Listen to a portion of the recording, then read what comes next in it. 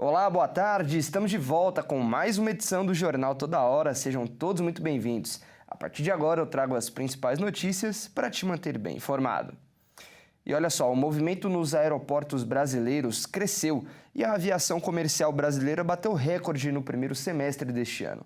Mais de 60 milhões de turistas viajaram de avião. Nos primeiros 6 meses deste ano, 61 milhões e 800 mil passageiros viajaram em voos domésticos e internacionais. A movimentação nos aeroportos cresceu 10% na comparação com o mesmo período do último ano. De janeiro a junho deste ano, foram 13 milhões e 800 mil de turistas em voos internacionais, alta de 15%. Em voos nacionais, o crescimento foi de 8,6%, com movimentação superior a 40 milhões de pessoas. Segundo o ministro de Portos e Aeroportos, Silvio Costa Filho, a previsão é que esse ano tenha o melhor resultado da história da aviação civil. Segundo o levantamento da ANAC, entre os 10 maiores aeroportos do país com maior movimentação, o melhor desempenho foi observado no Aeroporto Internacional do Galeão, no Rio de Janeiro, que passou de 6 milhões e meio de passageiros para 8 milhões e 200 mil viajantes, crescimento superior a 26% em 2025. E o maior terminal do país, o de Guarulhos, em São Paulo, cresceu 8% nos 6 primeiros meses do ano, com quase 22 milhões de viajantes. E os negociadores ucranianos propuseram à Rússia uma reunião entre o presidente Volodymyr Zelensky e o líder russo Vladimir Putin. Já o chefe negociador russo nos diálogos com a Ucrânia em Istambul declarou que as posições dos dois países continuam bastante distantes, após mais de 3 anos e meio de guerra. A Rússia e a Ucrânia retomaram as negociações em um terceiro ciclo de diálogos diretos em Istambul. Os negociadores ucranianos propuseram à Rússia uma reunião entre o presidente Volodymyr Zelensky e o líder russo Vladimir Putin. Propomos à Rússia realizar essa reunião de líderes até o final de agosto. Ao concordar com essa proposta, a Rússia pode demonstrar claramente sua abordagem construtiva a todos ao redor do mundo, incluindo nossos parceiros. Já o chefe negociador russo, nos diálogos com a Ucrânia em Istambul, declarou nesta quarta que as posições dos dois países continuam bastante distantes, após mais de 3 anos e meio de guerra.